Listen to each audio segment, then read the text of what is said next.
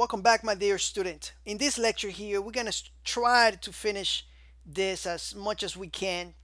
Now, we have a couple things that we got to work on. First of all, this form right now, if you try to submit it the way it is, it would not submit.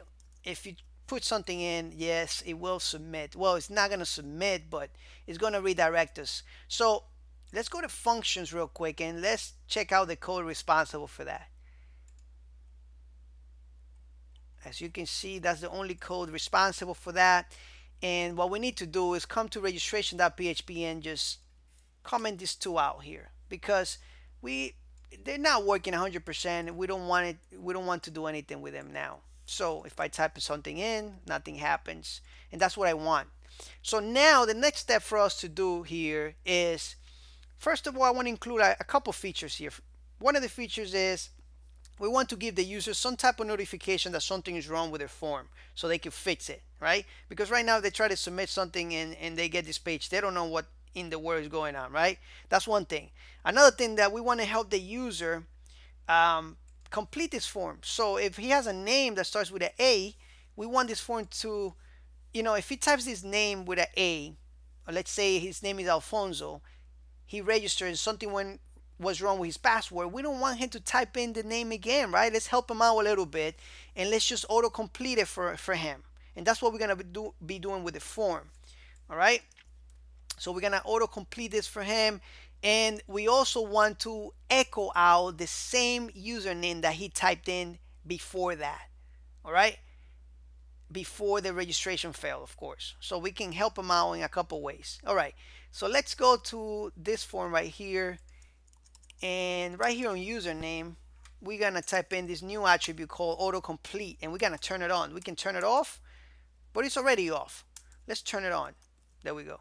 And now the next one here. So now if you go back here, and let's say my name is Edwin, which actually it is, right? And I just want a username like this. And I type in my email address, whatever that email address is. All right, and register. Now if I try to type in Edwin again, guess what? Nothing. But if I type in, actually, it's making me look really bad, guys. Really bad. Let's go back here. Autocomplete is on, so it shouldn't be making look bad. All right, let's type in Edwin, some crazy email. Hopefully we take the email. There we go. Yeah, I know. There we go. Now we're typing Edwin and it's there. All right, because I needed to refresh the browser, guys. So you can see that we're already helping the user out. And all they do is press tab or enter and they get their name filled in. All right. So now the next step for us to do is to actually display back the username for them. All right, we're helping these guys out a lot with our application. We just want to make our application user friendly, guys. All right, so let's open up a PHP tag here and let's do a shorthand so that way you can get used to it. Shorthand if statement. It works like this. We're gonna echo out something if it's set. I know this might be a little confusing. You get used to it. All right. So what do we have? Well, if the username is set, this is what this question mark is. We want to display it. The colon is if it's not set, else statement basically. We want it to be empty. So let's try that. Enter, and as you can see, the Edwin is put in again. Paolo. Refresh. Watch this. That Paolo is gonna stay right there. You see that we're helping the user already with that. Beautiful. So let's do that for the rest of them. Well, not for the rest of them. Let's do that for email and that's it. We can't do that for password. We don't want to put the same password again. Make it easy for him. Right here. Autocomplete is on. Let's just make sure that we change this to email.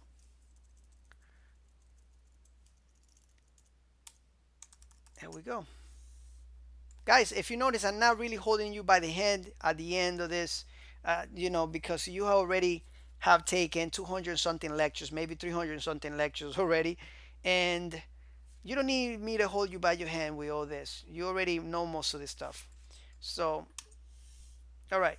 So, Edwin, and then Edwin at codingfaculty.com.